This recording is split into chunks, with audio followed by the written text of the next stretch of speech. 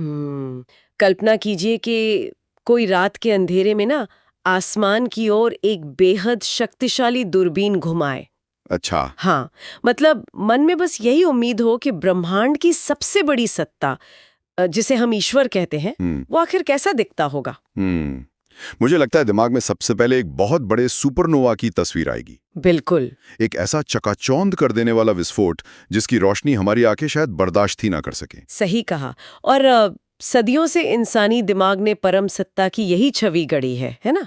कुछ ऐसा जो असीम हो, विशाल हो और सबसे बढ़कर थोड़ा डरावना हो। ये ना इंसान की एक बहुत ही पुरानी मनोवैज्ञानिक प्रवृत्ति है। मतलब डर वाली बात? हाँ बिल्कुल। हम हमेशा शक्ति और सत्ता को खौफ के साथ जोड़कर देखते आए हैं। हमें लगता है कि जो चीज हमारी समझ से परे है ना, उसे डरावना होना ही चाहिए। एक ऐसी असीम ऊर्जा जिसके सामने इंसान खुद को एकदम तुच्छ और मजबूर महसूस करे। एकदम सही। लेकिन क्या हो अगर वो दूरबीन उस अनंत अंतरिक्ष में देखने पर किसी अंधा कर देने वाले प्रकाश के बजाय सिर्फ एक छोटे से बेहद शांत और स्थिर तारे को दिखाए तो? एक बिंदु की तरह। हाँ बिल्कुल। एक ऐसा बिंदु जो डराता नहीं है बल्कि एक अजीब सी आत्मीयता और सुकून देता है। ये नजरिया तो पूरी तरह से उस धारणा को पलट देता है जिसे इंसान सदियों से जोड़ा आ रहा है। और यही वो दिलचस्प वैचारिक बदलाव है जो हमारी आज की इस विशेष गहन चर्चा के केंद्र में है। जी बिल्कुल। तो आज हम जिस स्रोत का विश्लेषण कर रहे हैं ना, वो कोई विज्ञान का पर्चा या इतिहास का दस्तावेज नहीं है। तो फिर क्या है ये? ये 16 मार्च 2026 की एक प्रातः मुरली है जी। जिसका शीर्षक है बाप दादा मधुबन।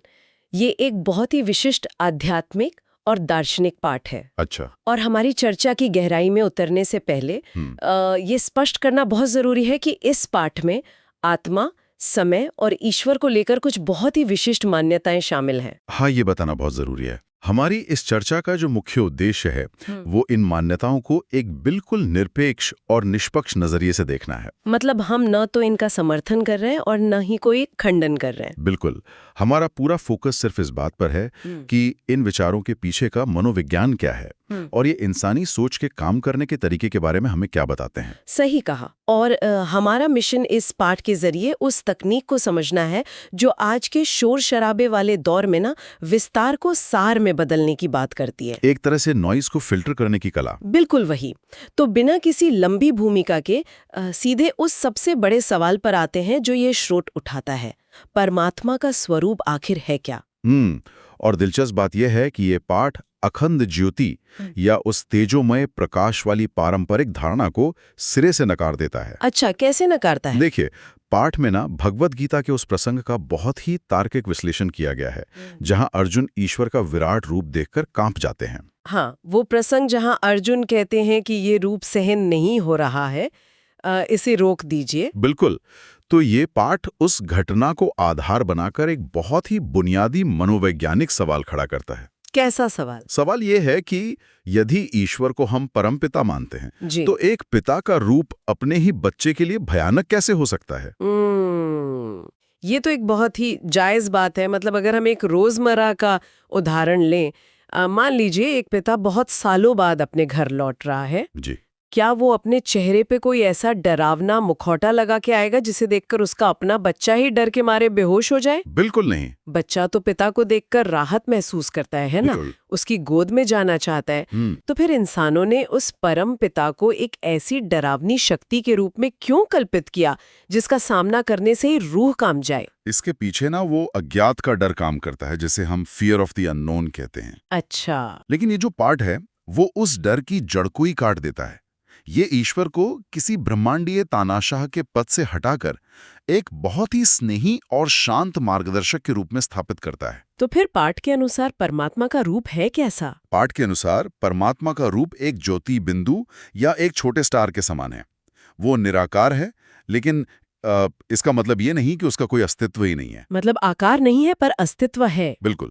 उसका अस्तित्व एक बेहद सूक्ष्म बिंदु के रूप में है। और यहाँ जो सबसे आकर्षक बात है वो ये है कि ये पाठ परमात्मा और मनुष्य की आत्मा के बीच रूप की समानता की बात करता है। हाँ, ये एक बहुत अहम बिंदु है। पाठ कहता है कि जैसे मनुष्य की आत्मा एक बिंदु या स्टार है, वैसे ही वो सुप्रीम सोल भी एक स्टार ही है। मतलब रूप दोनों का एक ही है। सही कहा। पर अगर रूप एक है तो फिर अंतर किस चीज का है? मैं यही सोच रही थी। अंतर सिर्फ और सिर्फ गुणों और ऊर्जा के स्तर का है। अच्छा, वो कैसे? पाठ के शब्दों में वो सुप्रीम सोल ना नॉलेजफुल है, मतलब वो ज्ञान और शांति का सागर है। उसकी ऊर्जा कभी कम नहीं होती। मतलब वो हमेशा फुल चार्ज रहता है। बिल्कुल। जब हम ईश्वर को एक डरावने असीम प्रकाश के बजाय अपने ही जैसी ऊर्जा वाले एक शांत बिंदु के रूप में देखते हैं ना, तो हमारा रिश्ता खौफ से निकलकर अपनेपन में बदल जाता है। ये तो एक बहुत बड़ा मनोवैज्ञानिक शिफ्ट है जो इंसान को अपराध बोध और डर से पूरी तरह मुक्त कर सकता है। हाँ, और इंसान को एक सुकून देता है। ये शिफ्ट सुकून देने वाला तो है, लेकिन यहीं पर एक बहुत बड़ा विरोधाभास पैदा होता है। वो कैसे? मतलब अगर वो सुप्रीम सोल इतना ही स्नेही पिता है, ज्ञान और सुख का सागर है, तो फिर इस दुनिया में हर तरफ इतना पतन और दुख क्यों है? ये एक बहुत ही स्वाभाविक सवाल है। पाठ में एक जगह बहुत ही तीखा तंज है कि जो आत्माएं कभी स्वर्ग की मालिक थीं, वही आज कंगाल भक्त बन गई हैं। तो ये पतन में से हुआ। और यही सवाल हमें इस पाठ के समय और चक्र वाले सबसे बड़े सिद्धांत की ओर धकेलता है। हाँ, वो चक्र वाली बात बहुत दिलचस्प है। देखिए, समय को लेकर न ये शोध पारंपरिक धारणाओं को पूरी तरह से चुनौती देता है। हमने अक्सर सुना है कि समय का चक्र या कल्प लाखों वर्षों का होता है। हाँ, हमने तो यही सुना है कि एक एक युग लाखों साल का होता है। लेकिन ये पाठ एक बहुत ही गणितीय और सीमित ढांचा पेश करता है। इसके अनुसार सृष्टि का ये चक्र केवल 5000 वर्ष का है। सिर्फ 5000 साल? हाँ, एक फिक्स्ड लूप है जो बार बार दोहराया जाता है। ये विचार ही अपने आप में समय को देखने के नजरिए को बिल्कुल सिकोड़ देता है, और पाठ इसे बहुत ही स्पष्ट तरीके से आधा आधा बांटता भी है। जी बिल्कुल, आधा और आधा। पहला आधा हिस्सा यानी सतयुग और त्रेता युग, जिसे नई दुनिया कहा गया है, वहाँ आत्माओं की ऊर्जा 100% है, पूर्ण पवित्रता है और कोई बीमारी या दुख नहीं है। और फिर बाकी का आधा हिस्सा? हाँ, द्वापर और कलयुग, जो पुरानी दुनिया है, जहाँ ऊर्जा का स्तर लगातार गिरता जाता है और दुख बढ़ता जाता है। और ऊर्जा के इस क्षरण या गिरने को ना आत्मा के जन्मों के साथ बहुत बारीकी से जोड़ा गया है। वो 80-84 जन्म वाली बात है। जी, पाठ में स्पष्ट रूप से उल्लेख है कि कोई भी आत्मा इस 5000 साल के चक्र में अधिकतम 84 जन्म ही ले सकती है। अच्छा, अधिकतम 84 जन्म। हाँ, इसमें भी कुछ श्रेणियों का जिक्र है, जैसे सूर्यवंशी कुल में 8 जन्म और चंद्रवंशी में 12 जन्म। महत्वपूर्ण बात यह है कि हर जन्म के साथ आत्मा की वो मूल ऊर्जा, वो पवित्रता कम होती जाती है। जो यात्रा संपूर्णता से शुरू हुई थी ना, वो 84 जन्मों के अंत तक आते आते खालीपन में बदल जाती है। इस पूरी प्रक्रिया को समझने के लिए अगर हम एक स्मार्टफोन की बैटरी का रूपक इस्तेमाल करें तो बात एकदम साफ हो जाती है। अरे वाह, बैटरी का उदाहरण बहुत सटीक रहेगा। है ना? मतलब सतयुग में जब आत्मा इस सिस्टम में एंटर करती है तो उसकी बैटरी 100% चार्ज है। परफॉर्मेंस एकदम शानदार है, बिना किसी रुकावट के। बिल्कुल नया फोन। हाँ, नया फोन। लेकिन जैसे जैसे जन्म बीतते हैं, बैकग्राउंड में प्रोसेसिंग चलती रहती है और कलयुग के अंत तक आते आते यानी 84वें जन्म के आसपास वो बैटरी 1% पर आके लाल हो जाती है। और फिर सिस्टम हैंग करने लगता है। बिल्कुल, सिस्टम हैंग करने लगता है, जिसे हम आज की दुनिया का दुख और तनाव कह सकते हैं। लेकिन एक सवाल यहाँ बहुत गहराई से खटकता है। कैसा सवाल? अगर वो सुप्रीम सोल सब कुछ जानता है, तो उसने आत्मा की इस बैटरी को इस तरह डिजाइन ही क्यों किया कि वो ड्रेन हो? क्या कोई ऐसा सिस्टम नहीं बन सकता था जहां बैटरी हमेशा 100% पर ही लॉक रहे? मतलब ये पतन होना जरूरी ही क्यों है? इस सवाल का जवाब ना उस शब्द में छिपा है जिसे पाठ अनादि ड्रामा कहता है। अनादि ड्रामा? हाँ, अनादि का अर्थ है जिसकी न कोई शुरुआत है और न कोई अंत। ये एक प्राकृतिक ब्रह्मांडीय नियम की तरह है। मतलब इसे किसी ने बनाया नहीं है, ये बस है। बिल्कुल। भौतिक विज्ञान में भी तो एंट्रोपी का नियम यही कहता है ना कि ऊर्जा हमेशा एक व्यवस्थित अवस्था से अव्यवस्थित अवस्था की ओर ही बढ़ती है। हाँ, लॉ ऑफ थर्मोडायनामिक्स। सही कहा। पाठ आत्मा की इस एंट्रोपी या पतन के पीछे के तंत्र को बहुत ही स्पष्ट रूप से समझाता है, और वो तंत्र है देह अभिमान, जिसे हम बॉडी कॉन्शियसनेस कहते हैं। देह अभिमान मतलब आत्मा का खुद को वो शांत स्टार समझने के बजाय इस हार्ड मास के शरीर के साथ अपनी पहचान को जोड़ लेना। एकदम सही। जब तक आत्मा खुद को एक ऊर्जा या प्रकाश का बिंदु मानती है ना, उसका कोई क्षरण नहीं होता। लेकिन जैसे ही समय के साथ ये स्मृति धुंधली पड़ती है और आत्मा खुद को शरीर समझने लगती है, उसकी ऊर्जा बिखरने लगती है। अच्छा, तो पहचान बदलते ही ऊर्जा खत्म होने लगती है? हाँ, पाठ में एक शब्द का विशेष रूप से उल्लेख है, काम, यानी लस्ट या शारीरिक इच्छाएं। इसे पाठ में महाशत्रु कहा गया है। महाशत्रु? ये तो काफी भारी शब्द है। देखिए, ये कोई नैतिक या धार्मिक फैसला नहीं है, बल्कि ऊर्जा के विज्ञान की तरह है। जब पहचान शरीर की होगी तो जरूरतें और इच्छाएं भी शारीरिक ही होंगी ना। हाँ, ये तो है। इन इच्छाओं को पूरा करने की अंधी दौड़ में आत्मा की ऊर्जा बहुत तेजी से खर्च होने लगती है। ये वही बैकग्राउंड ऐप है जो बैटरी को तेजी से चूस लेता है। ये मैकेनिज्म तो बहुत ही तार्किक लगता है। पहचान बदली तो प्राथमिकताएं बदली और उन नई प्राथमिकताओं ने ऊर्जा का रिसाव शुरू कर दिया। बिल्कुल। और इसी रिसाव का नतीजा है कि जो आत्माएं कभी देवता रूपी फूल थीं, वे अब खुद को कांटों के जंगल में पाती हैं। सही कहा। तो अब स्थिति ये है कि 5000 साल का चक्र पूरा हो रहा है, बैटरी 1% पर ब्लिंक कर रही है और चारों तरफ बस पतन है। जी। तो ऐसे में स्वाभाविक सा सवाल उठता है कि अब इस बैटरी को वापस चार्ज कैसे किया जाए? और यहीं पर ये स्रोत अपने समाधान वाले हिस्से में प्रवेश करता है। हाँ, जिसे पाठ में राजयोग कहा गया है। राजयोग ही वो चार्जर है। अच्छा, तो ये चार्जिंग काम कैसे करती है? पाठ के अनुसार ये चार्जिंग केवल एक विशिष्ट समय पर ही संभव है, जिसे संगम युग या कॉन्फ्लुएंस एज कहा गया है। संगम युग मतलब कोई ट्रांजिशन पीरियड? जी, ये कलयुग के अंत और सतयुग की शुरुआत के बीच का एक बहुत ही छोटा सा ट्रांजिशन पीरियड है। इसी समय पर वो सुप्रीम सोल या परमपिता आकर ज्ञान देता है। और इस राजयोग का लक्ष्य कोई छोटी मोटी मानसिक शांति प्राप्त करना नहीं है। पाठ स्पष्ट रूप से कहता है कि इसका लक्ष्य नर से नारायण बनना है। नर से नारायण मतलब मनुष्य से वापस उस संपूर्ण देवता वाली स्थिति को प्राप्त करना। बिल्कुल, 100% बैटरी चार्ज। और बैटरी को उस 100% वाली स्थिति तक ले जाने की जो प्रक्रिया बताई गई है ना, वो बहुत दिलचस्प है। पाठ एक पारिभाषिक शब्द का इस्तेमाल करता है, मन मना भाव। मन मना भाव। हाँ, इसका सीधा सा अर्थ है कि अपना पूरा ध्यान केवल एक उस परमात्मा या सुप्रीम सोल पर केंद्रित करना। लेकिन ये होगा कैसे? ये एक बड़ा सवाल है प्रैक्टिकल लेवल पर। पाठ के अंत में एक बहुत ही आकर्षक वरदान का जिक्र है, जहां श्रोताओं को लाइट माइट हाउस बनने को कहा गया है। ये जो लाइट माइट हाउस का विचार है ना, ये पूरे पाठ का मनोवैज्ञानिक निचोड़ है। अच्छा, वो कैसे? देखिए, लाइट का मतलब है पूर्ण स्पष्टता और ज्ञान, और माइट का मतलब है वह शक्ति जो इस स्पष्टता से पैदा होती है। लेकिन ये स्थिति आती कैसे है?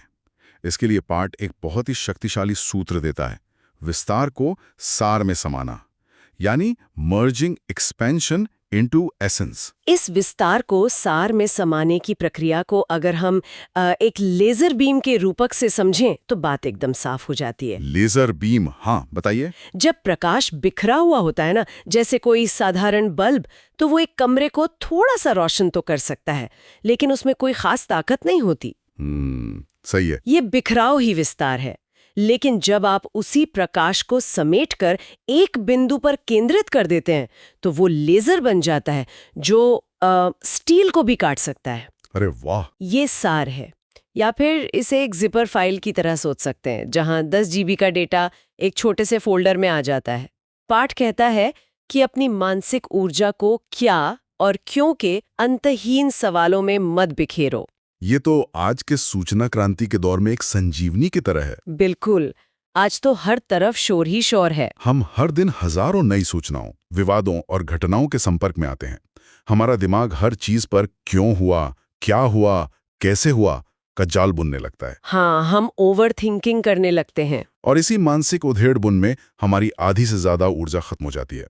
मनोविज्ञान में इसे ही डिसीजन फटीग कहते हैं। पाठ इसी व्यर्थ के विस्तार को रोकने की बात कर रहा है। लेकिन यहाँ एक पल के लिए हमें रुककर सोचना होगा। क्या? इंसान का विकास, विज्ञान, दर्शन, ये सब तो क्या और क्यों पूछने पर ही टिका है ना।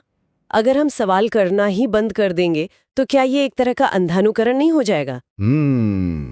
ये शंका तो उठती है। क्या ये पाठ हमारे सोचने समझने की आलोचनात्मक क्षमता, जिसे हम क्रिटिकल थिंकिंग कहते हैं, उससे दबाने की कोशिश कर रहा है? ये बहुत ही महत्वपूर्ण सवाल है और पाठ इसका जवाब भी देता है। अच्छा, क्या जवाब देता है? पाठ वैज्ञानिक खोज या जीवन की बुनियादी जिज्ञासाओं को खत्म करने की बात बिल्कुल नहीं कर रहा है। वो केवल व्यर्थ की चिंता और मानसिक उलझनों को रोकने की बात कर रहा है। मतलब प्रोडक्टिव सोच और व्यर्थ सोच में फर्क कर रहा है। बिल्कुल।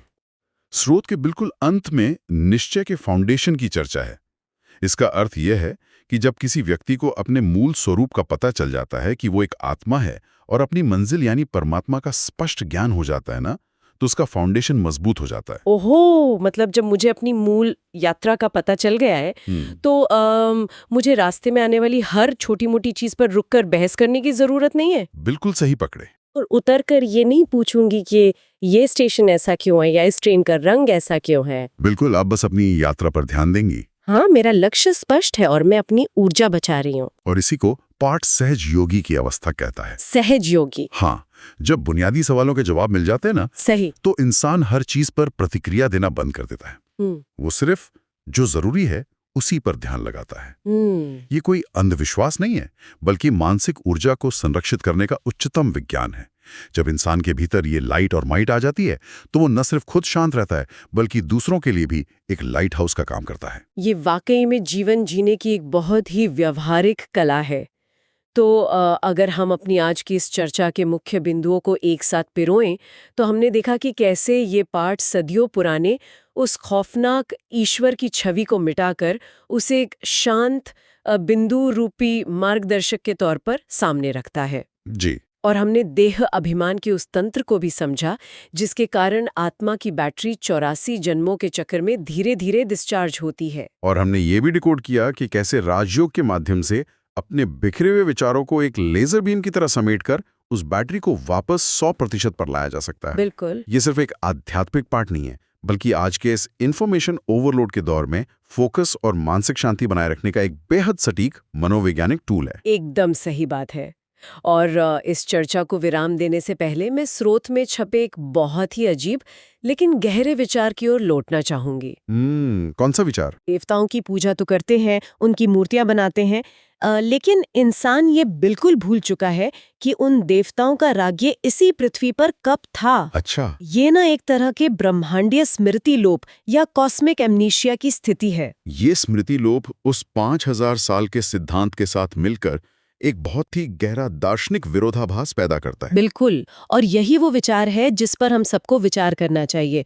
जरा सोचने वाली बात है कि अगर ये दुनिया वाकई एक फिक्स्ड 5000 साल का दोहराया जाने वाला ड्रामा है, जहां सब कुछ पहले से तय है, हाँ, जहां हम सब केवल अपना अपना रोल निभा रहे हैं, तो क्या इससे आज की हमारी जो रोजमर्रा की परेशानियां हैं, जैसे नौकरी का तनाव, रिश्तों की उलझनें या ईएमआई की चिंता, क्या ये सब अचानक से बहुत छोटी और महत्वहीन नहीं लगने लगती? बिल्कुल लगने लगती हैं। अगर ये अनंत बार हो चुका है और अनंत बार होगा, तो इस पल का तनाव व्यर्थ है ना? ये नियतिवाद या डिटर्मिनिज्म का वो पहलू है जो इंसान को एकदम हल्का कर देता है, टेंशन फ्री कर देता है। लेकिन इसका एक दूसरा सिरा भी है, और वो दूसरा सिरा है संगम योग। जी। पाठ कहता है कि भले ही ड्रामा फिक्स्ड है, लेकिन यही वो छोटा सा समय है जहां हर एक आत्मा अपने अगले पूरे 5000 साल के चक्र की स्थिति तय कर रही है। तो एक तरफ तो सब कुछ तय है जिससे तनाव लेने की जरूरत नहीं है। हाँ, और दूसरी तरफ इस वर्तमान पल में किया गया हमारा हर एक विचार, हमारा हर एक छोटा सा फैसला अनंत गुना ज्यादा महत्वपूर्ण हो जाता है, क्योंकि यही वो समय है जो अगले 84 जन्मों की रूपरेखा लिख रहा है। ये नियति और स्वतंत्र इच्छा यानी फ्री विल का एक ऐसा अद्भुत संतुलन है जो इंसान को पूरी तरह से वर्तमान में ले आता है और बहुत सजग कर देता है। एकदम सटीक कहा आपने। और शायद इसी गहरी सजगता को महसूस करने के लिए ना हमें उस अनंत और डरावने ब्रह्मांड में किसी विराट शक्ति को खोजना बंद करना होगा। उसकी जगह बस एक पल ठहर कर उस छोटे, शांत और स्थिर ज्योति बिंदु को देखना होगा, जो शायद दूर आसमान में नहीं बल्कि हमारी अपनी ही चेतना के केंद्र में कहीं मौजूद है। बिल्कुल सही। और इसी खूबसूरत विचार के साथ हम आज की इस गहन चर्चा को यहीं रोकते हैं। सुनने और हमारे साथ जुड़ने के लिए बहुत बहुत धन्यवाद।